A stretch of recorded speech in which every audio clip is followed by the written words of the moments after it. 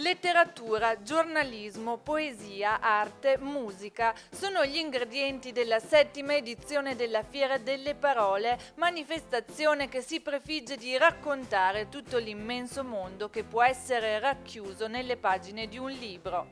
A condire la rassegna i 228 appuntamenti in programma a Padova dall'8 al 13 ottobre, più una speciale anteprima con Francesco Guccini lunedì 7 alle ore 21. Ci piace far passare delle idee, far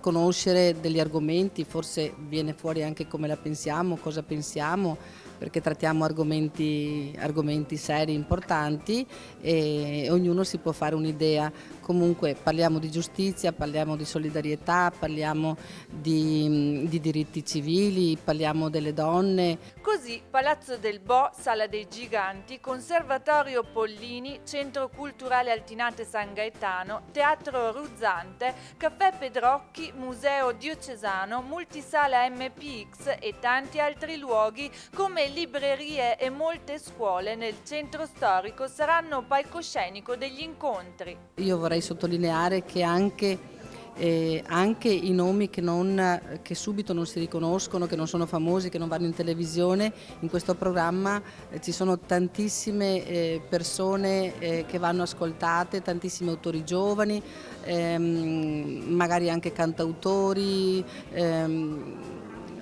poeti. C'è tanta gente che ha qualcosa da dire, qualcosa di serio e di importante. La grande chiusura sarà al Cinema Teatro MPX con il neo candidato al Nobel per la letteratura Roberto Vecchioni, che presenterà il suo nuovo CD con Giuliano Sangiorgi dei Negramaro.